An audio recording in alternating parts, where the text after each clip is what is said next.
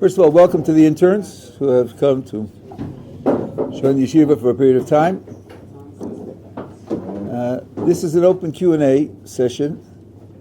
Rabbi Breidowitz and I, and perhaps others, do this regularly because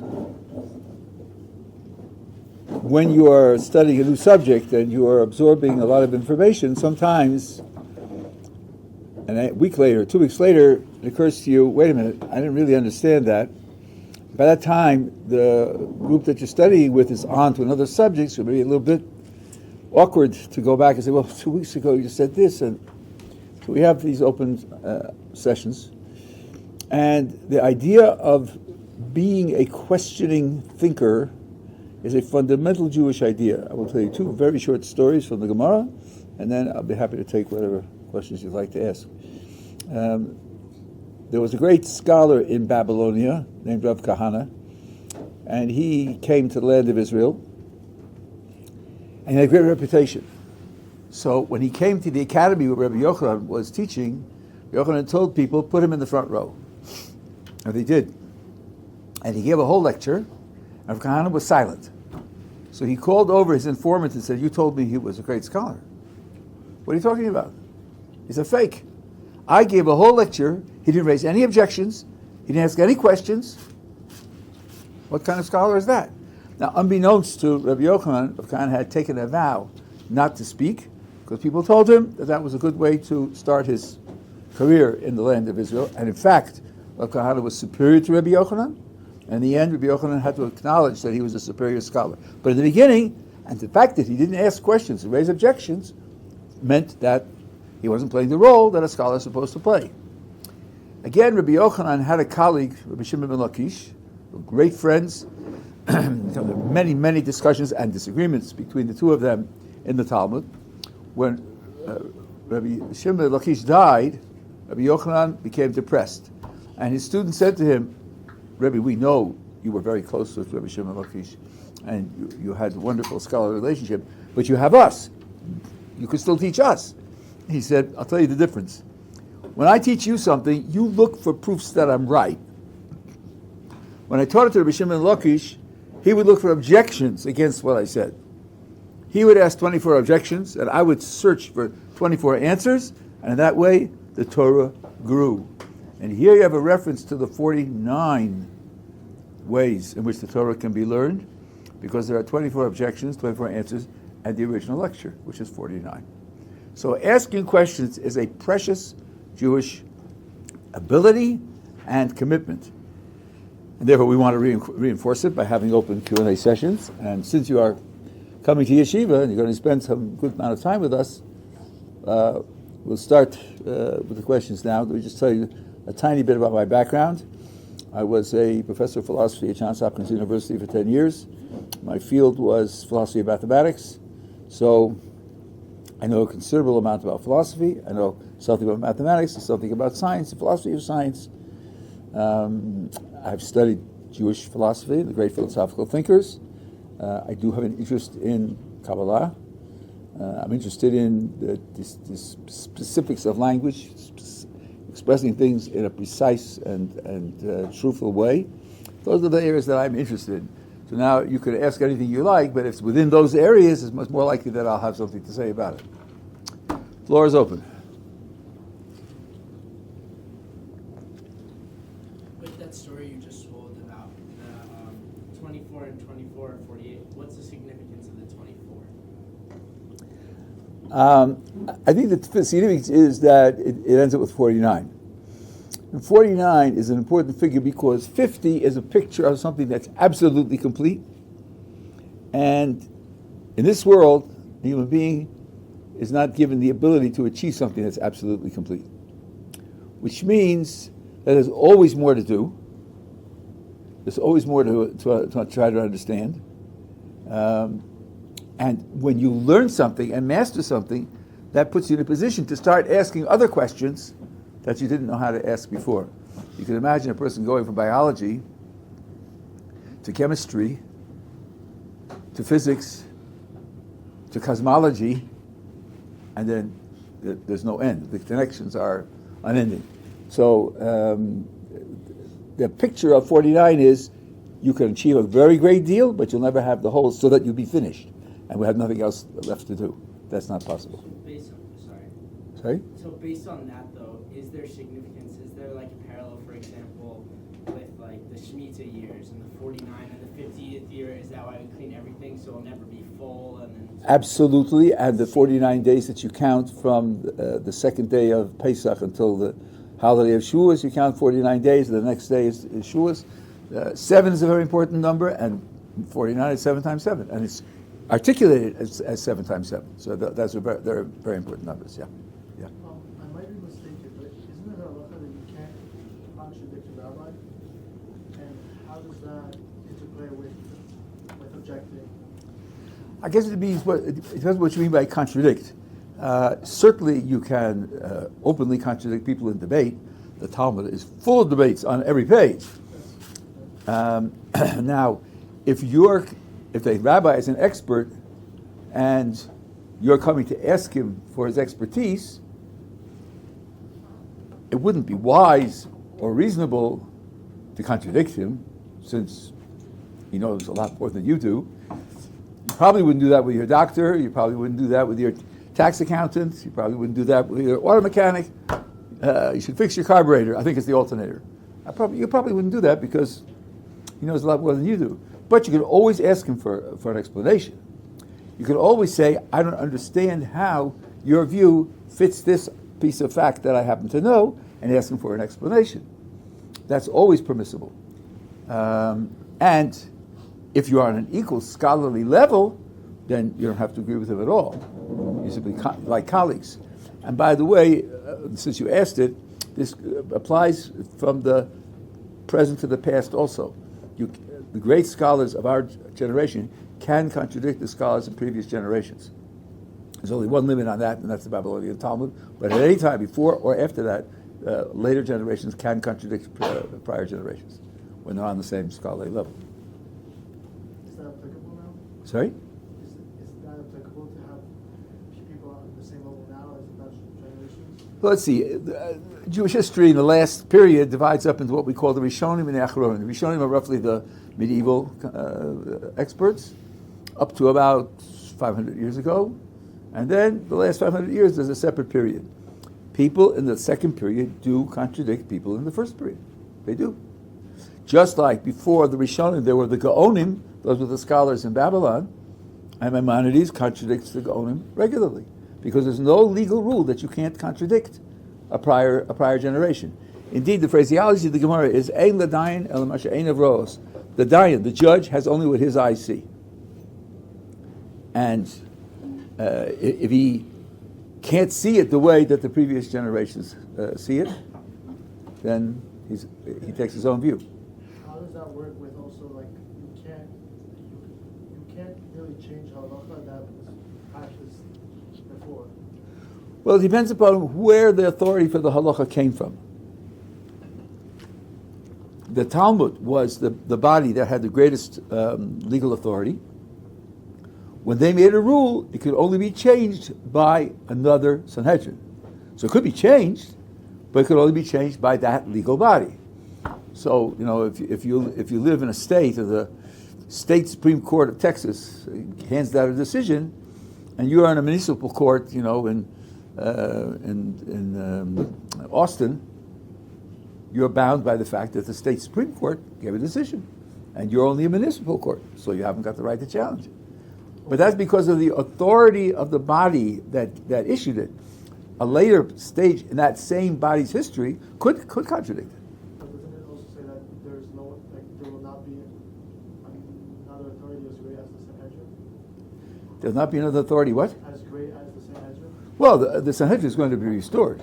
When Mashiach comes, but I'm saying until then. All right, so something that was decided by the Sanhedrin cannot be changed later when it is we don't have the authority of the Sanhedrin. That's true.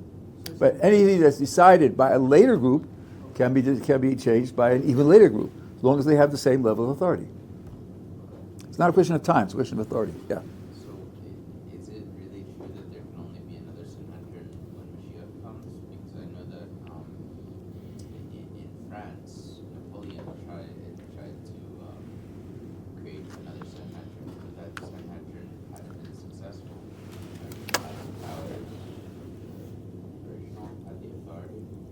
what happened in France was a joke.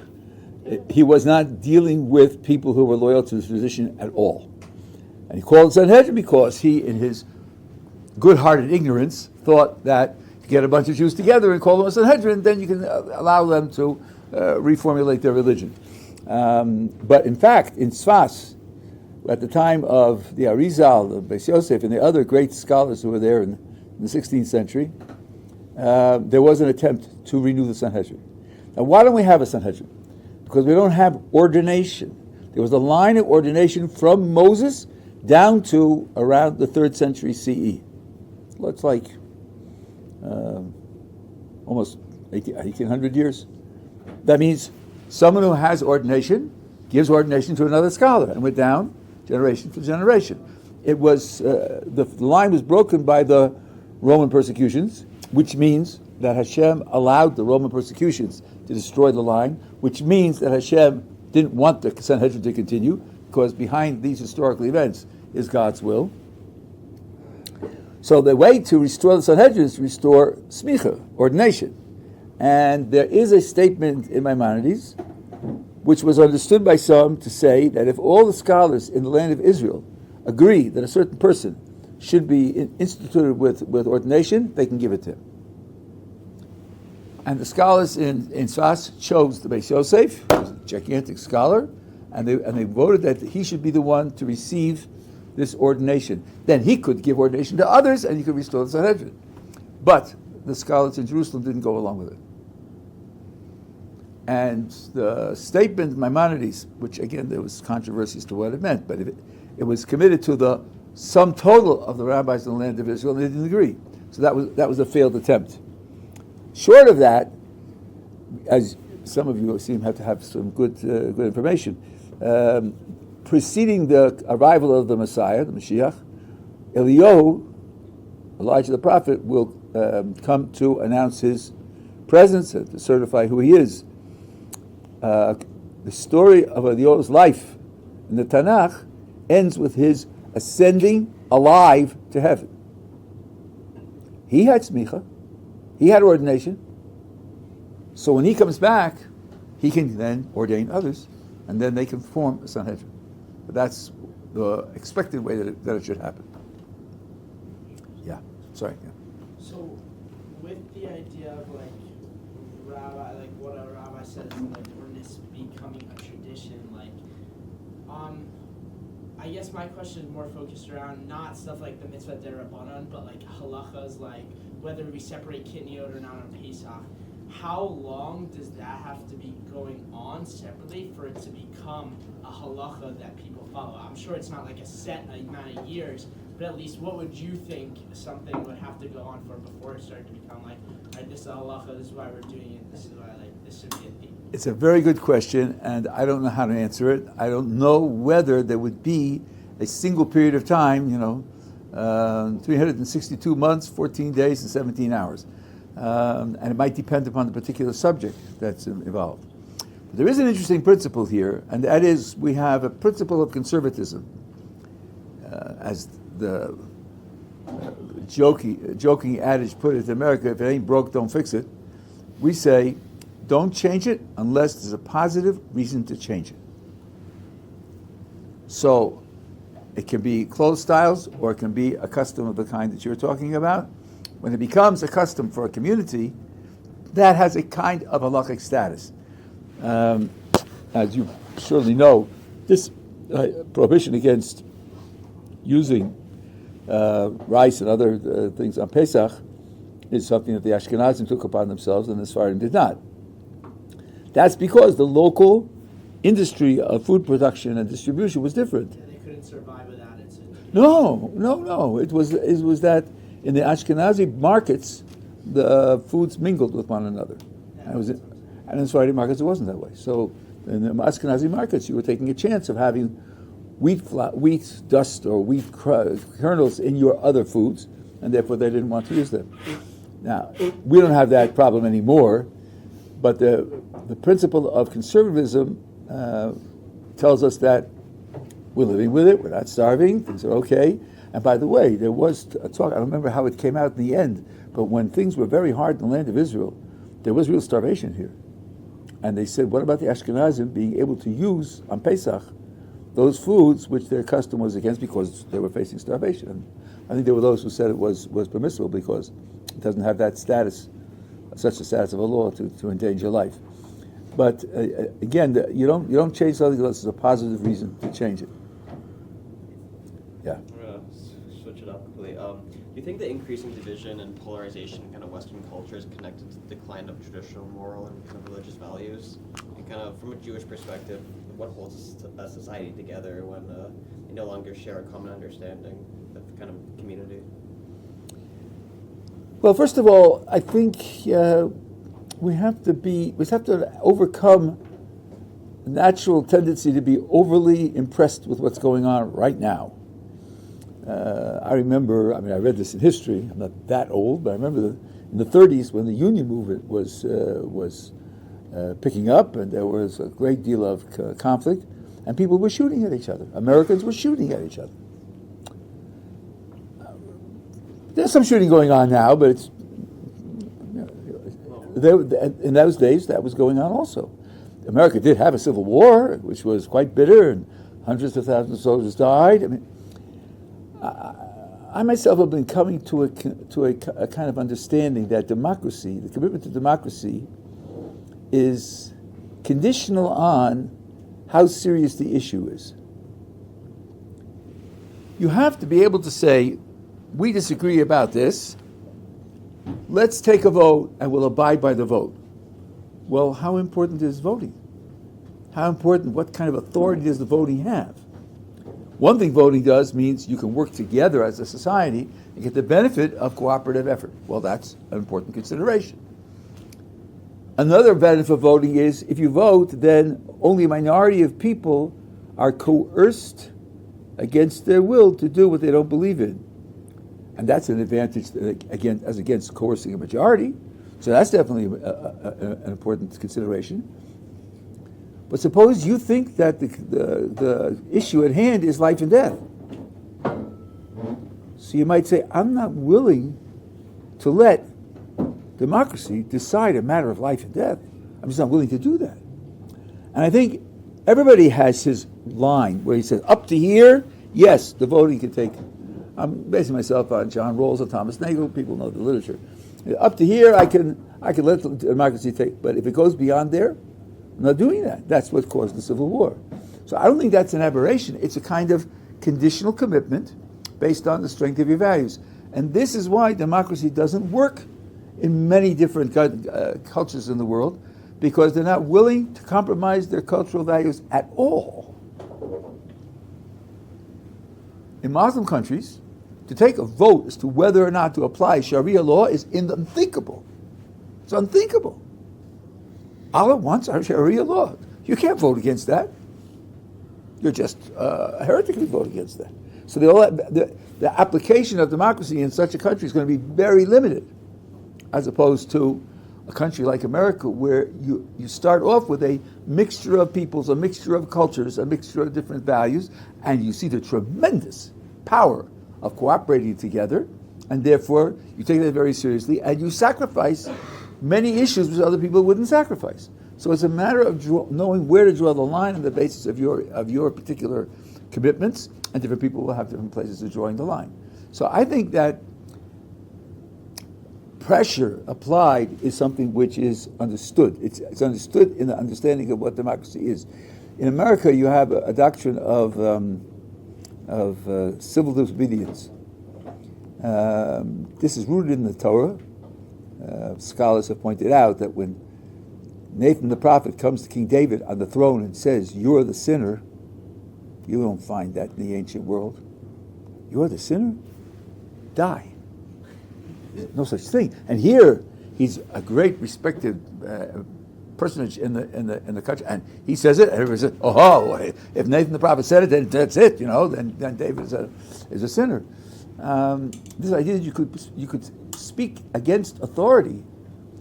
Now, what happens with civil disobedience? So you take over a traffic intersection, you stop traffic, or you occupy a building and you stop the work in the building, and so on. They don't shoot those people. They may put them in jail, but they treat them with respect. Why? Because sometimes to bring a very important issue to the attention of the public, you have to do something that catches attention. So these people are purposely breaking the law, and the fact that they're breaking the law is respected as opposed to simply being condemned. You're just a lawless criminal. Because you pay the price, you go to jail for the sake of making a statement about how important what you're doing is. That's something which also gives you a sense of the lines have flexibility in order to achieve certain things. So now some of the demonstrations of the religious population of this country get a lot of press because the press is leftist and prejudiced. When the taxi cab drivers didn't approve of their rate of pay, and they had hundreds of taxi cabs drive up to Jerusalem and park their cars so as to block the highway for hours, no one talked about it. It was a non-issue. Why? Because they're demonstrating for money. Everybody understands that. Of course, not being paid enough, stop the traffic. But if it's a religious issue, well, religious is just your private life. Don't assert your private life on other people. Well, but from our point of view, it's not your private life. It's at least as important as money, probably more important. So where you draw the line depends upon your particular views, your particular values. And democracy is a framework that works when people are reasonably strongly committed to it, and even then it has limitations. I think that's part of the background. I didn't come to this till fairly recently. Yes, in the back. So, like, what do you do in situations where now the line of what you're willing to give up has become so low that it creates this polarized effect? Is this the downfall of democracy? Like, how do you go forward from there? It's a good question. It's really a sociological, psychological question, and I'm trained in, academic thinking, academic tower, the ivory tower. I think the first thing to do is to realize where it's coming from. The Hasidic movement taught us that whenever you see something in the world, or it's in your private life, you should trace it back to its source so you can understand what it's expressing. The Chazon Ish, well, I would claim is a Chassid, or other people would disagree. The Chazon Ish pointed out the split of institutions, yeshivas split and Hasidic groups split. Where does that come from? Well, if you're working for something very hard, you're sacrificing time and effort and resources to make it successful, it helps if you believe it's really right, that you're doing it for the sake of something that's really right. Somebody disagrees with you, he's undermining your motivation to make that effort. Well, some people can't take that. So then you say, if you don't agree with me, we have to be at war with one another because you're destroying my motivation to give myself to this project, and I won't stand that. And therefore they split. So the idea is that the source of it is in something holy. This is very important because Baruch Hu wants it, and I'm sacrificing myself for it. But then it gets misapplied in its relationship to other people who might have a different view and should be respected and should be treated as participants in the same project, just using a different strategy rather than being treated as enemies. So it's become corrupted, but it's something that's very holy that's become corrupted. It's not viciousness at its root. At its root, it's something that's correct. Now,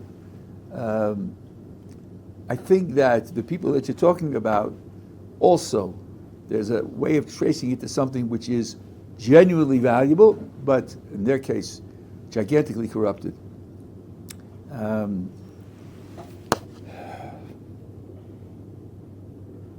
Viktor Frankl, who was a Jewish, he was a psychiatrist, created a school of psychology, which was called either existential therapy or logotherapy, the theme of which was people need meaning.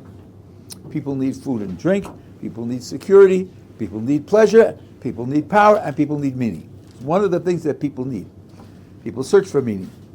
A meaningful life is a life that's inspired, that's one which motivates you to make a maximum effort, and therefore to have maximum success. That's it's worthwhile. He wrote a book called Man's Search for Meaning, which became a classic. Now, how do I measure the importance of the meaning that I've dedicated my life to?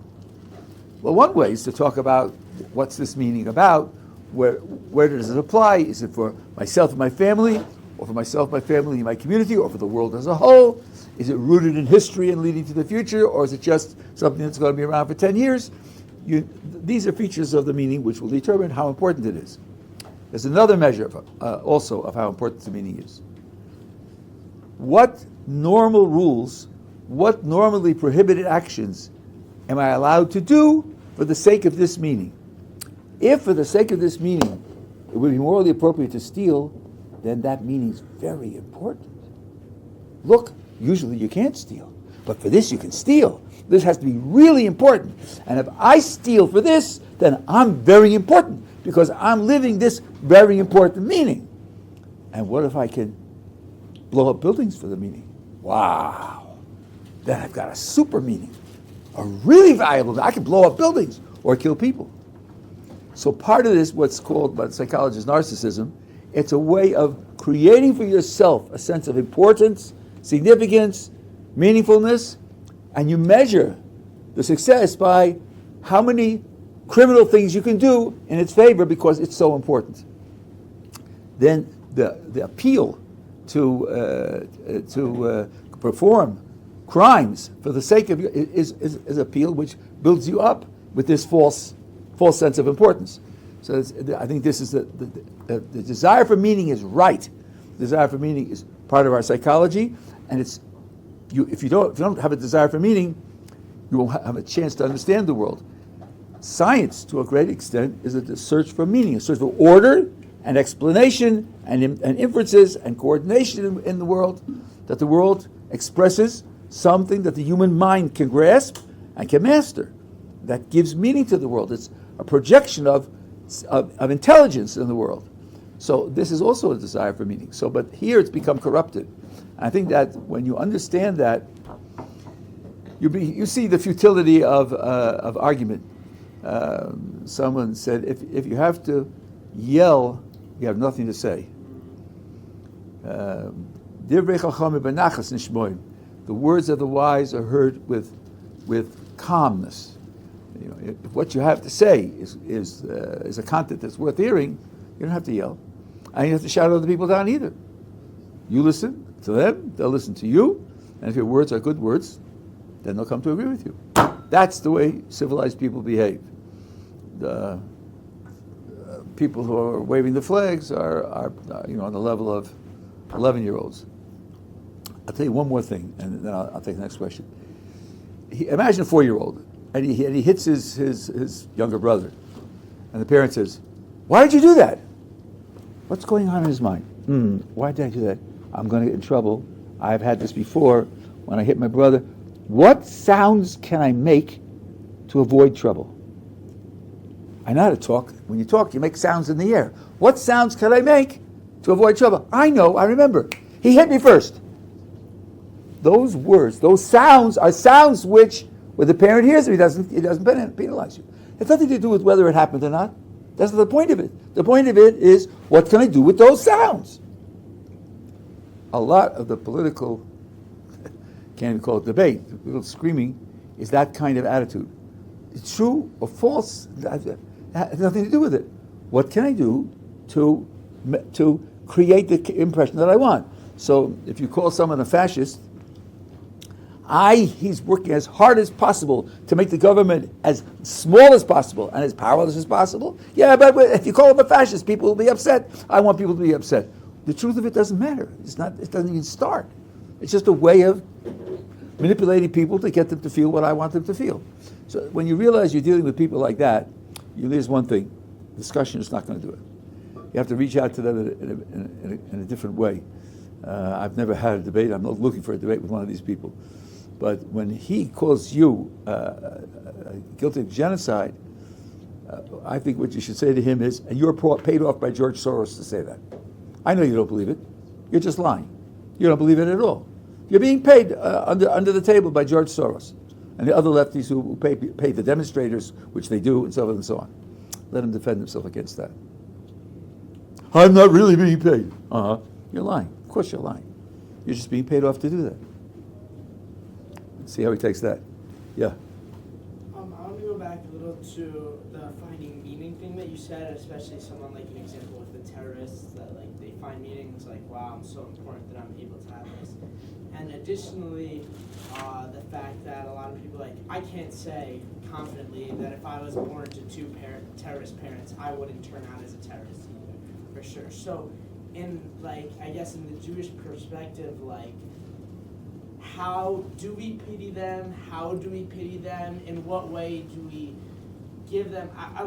For me, I can only feel bad. Obviously, I'm enraged, but in reality, at some point, are they a victim of circumstance, and how can you deal with that? I think that's right. I think you're right. There's a statement, I think it's by the Brisker when in the book of Jonah. So Hashem says to Jonah, go to Nineveh. He says, no, thank you, I'm going to Tarshish. Gets on a boat going to Tarshish, and there's a storm. And the storm threatens to swamp the boat, and then they throw Jonah overboard, and the storm abates, and they sail on to Tarshish with pleasant winds and fair seas. So he asks, all those sailors are idol worshippers. That's not good. It's not even good for non-Jews, let alone for Jews, but these were non-Jews. How come the idol-worshipping sailors get fair winds and smooth seas, and one Jew, okay, he's disobeying, that's true, he is disobeying, but he gets a whole storm. And he said, because Hashem doesn't have the same expectations for all people. And just as you said, they are brought up in a culture that way, that's what they've been taught, these are the people whom they trust. Not everyone is demanded to be Abraham and be able to stand against his whole culture and arrive at the truth.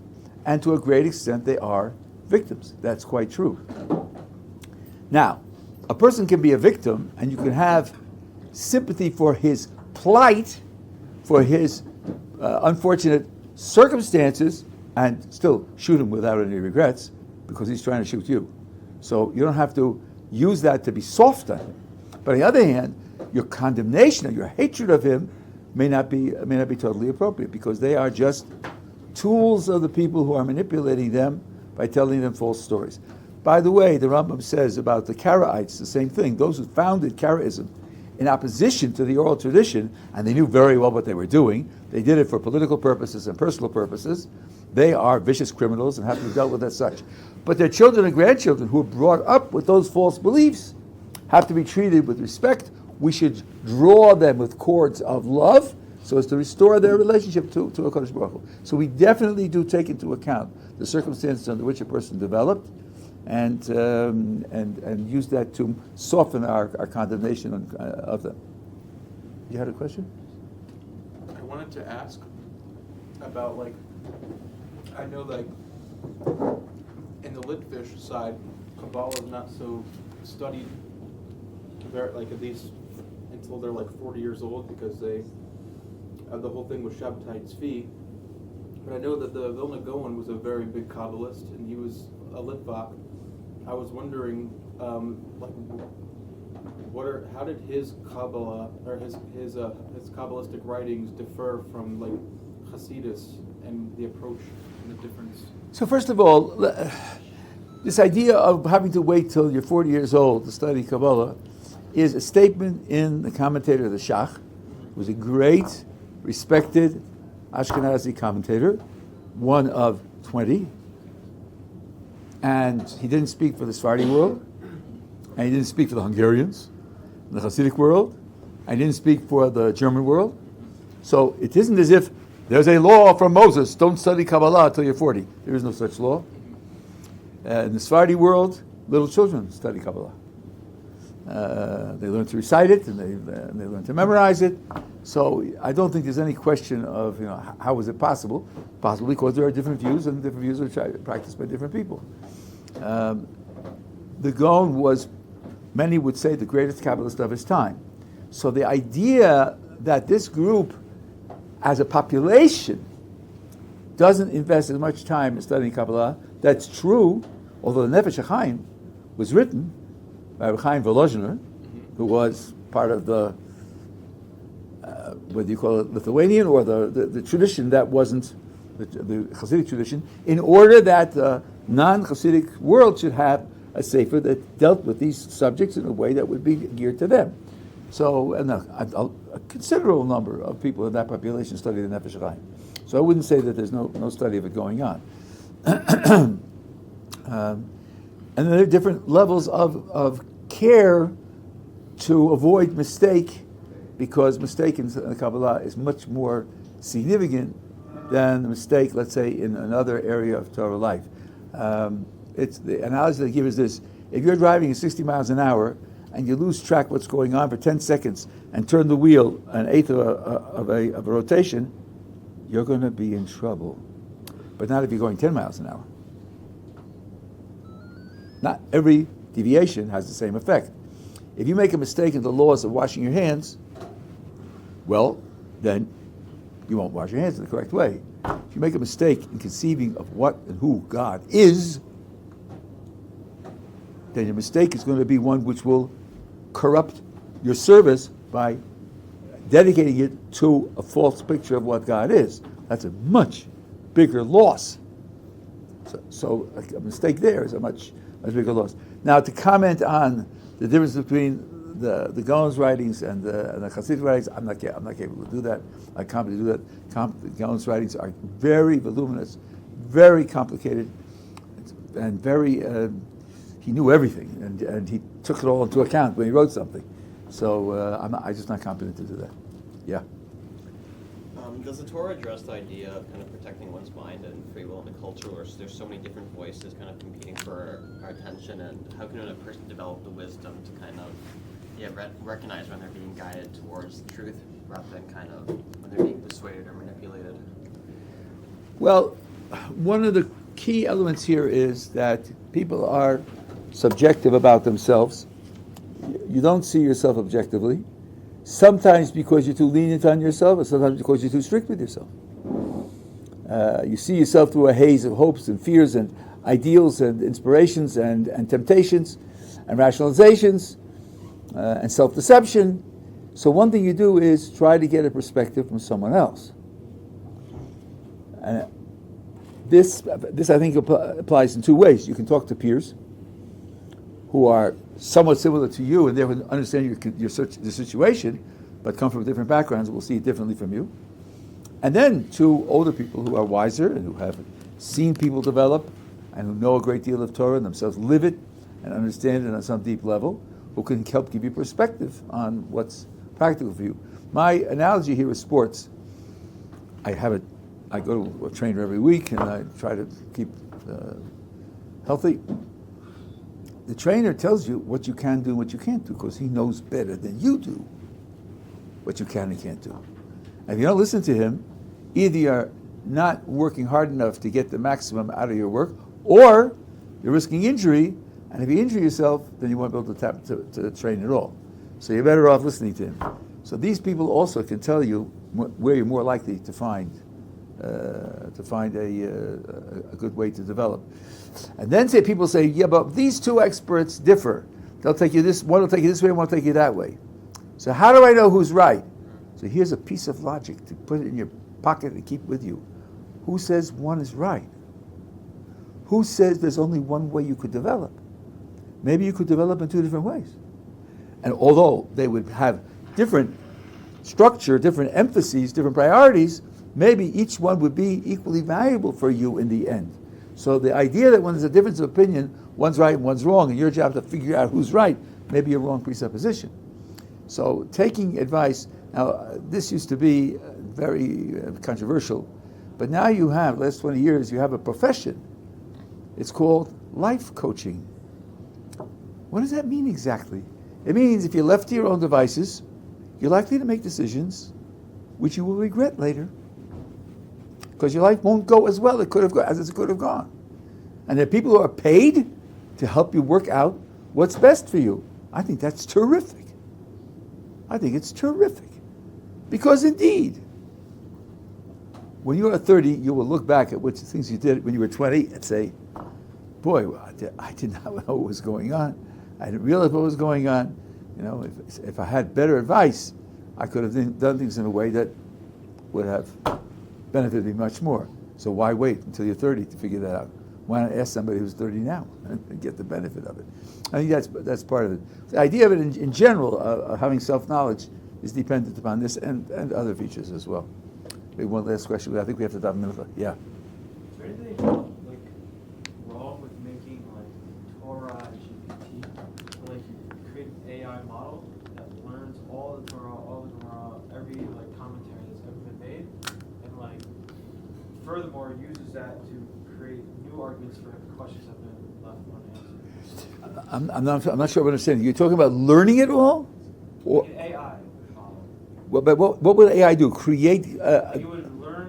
It would kind of absorb all knowledge of Judaism, and then use it to answer. You're talking about learning it or programming it into the AI? You mean learning it in your head? No, an AI. He means giving AI all the information about Judaism. Oh, well. Yeah, using it to create new answers to unanswered questions. Oh, I see. Well, having tried that, one of my fields was computer science. First of all, today's AI is awful. It's really awful. And people talk about the big dangers of AI. I think the biggest danger is that you trust it. That's the big danger. The kinds of mistakes that it makes, and the kinds of a friend of mine, Rabbi Reisman in New York, maybe some of you know him, told a friend of mine to ask Chad, I need to get my car washed. The car wash is a quarter of a mile away. Shall I walk or shall I drive over in my car? Oh, you should walk. The exercise is good. Exercise is healthy. It's over the saw. So you're right back in. But then my car won't be the car wash. And one answer was, oh yeah, joke's on me. I guess but you're going to the car wash. Wash your car, right? So if you walk, you won't have your car. Didn't see that. If it can make a mistake like that, then it can cost you your life if you're going to do medicine on it, and so on and so on. Sometimes it's right, and sometimes it's spectacularly wrong. Peter picked, on Sunday he picked 10 tomatoes, and on Monday he picked 15 tomatoes, 5 of which weren't ripe. How many did he pick altogether? 20. Because the other 5 were singled out for a special wood mat. So he didn't pick those. I used to say it's 25. Yeah, but you singled it out. So based on shape recognition in other places, when you single it out, it's not part of the group. So of course there's lots and lots of stuff like that. Thousands and thousands. I have it on my blog. I have a lot of these cases. So trusting it is really totally irresponsible. I would say that for other things as well. But by the way, it hallucinates. I asked it for original Hebrew sources, and it made them up. And I challenged it. It's not there. True, we associate things, and it's there because it's supposed to be there, because it's similar to the other things that are there. So we put it there. Okay, so it's really, at present at least, it's certainly not reliable. Okay. Sure. I think.